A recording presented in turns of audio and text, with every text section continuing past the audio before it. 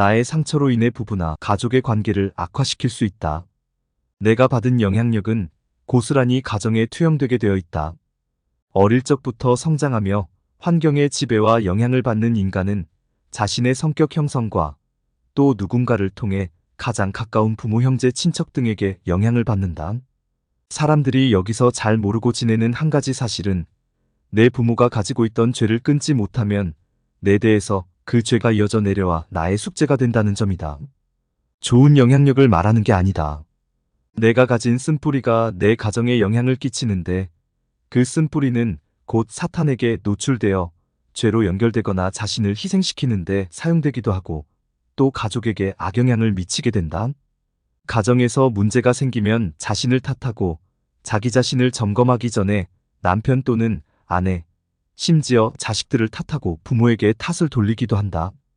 사실 이미 성인이 되어서부터는 아니, 그 이전부터 마찬가지다. 인간은 자신에게 주어진 삶에 대한 책임이 있다. 내가 해결 못했고 내가 좋지 않은 환경이나 일 가운데서 어떻게 받아들이고 이겨냈는가가 하나님이 보시는 관점이다.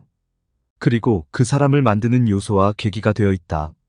그렇기 때문에 내가 가지고 있던 상처는 성인이 되어서도 감추거나 덮어놓고 살아가지만 결국엔 가정에서 부딪히며 꺼내어 들여다볼 때가 있는 것이다. 지인 중에 한 분이 가족에게 섭섭한 감정이 들게 되었다. 그런데 이상한 건 그 섭섭함이 놔두면 잠시 동안 느끼고 지나가게 될 텐데 그분이 이를 악물고 속으로 고백을 하게 된다. 그분의 마음을 풀어보면 이렇다.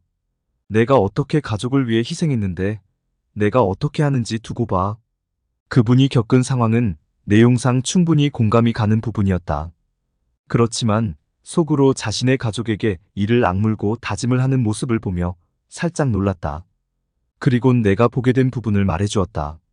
그렇게까지 생각하게 되는 것은 님이 가진 어릴 적 상처 때문 같습니다. 그분은 희생했다. 가족을 위해 헌신했다. 하지만 복수의 칼날이 가족을 향해서는 안 되었다. 분명 잘못된 생각을 사탄이 집어넣어주고 있었다. 난 짧게 상담을 하며 그 악한 생각을 다시 뽑아내는 말을 해주었고 잠시간 생각에 잠기더니 자기의 어릴 적 환경과 상황을 돌아볼 수 있었다.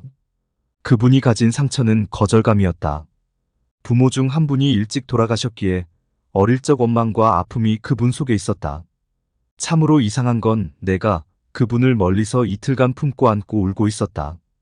그냥 생각이었지만 하나님이 그렇게 그분을 품에 안고 따뜻하게 두 팔 벌려 그분을 안고 계시는 것처럼 이상하게 내게도 그 마음이 전달되어 그분을 안고 울고 있었다. 상처가 자칫하면 죄를 짓게 할 수 있던 상황이었다.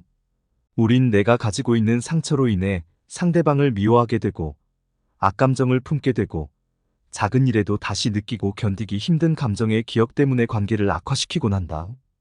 그분의 경우는 거절감이었고 사랑하는 가족에게 자신을 헌신한 만큼 돌아오게 되는 거절감도 컸던 것 같다.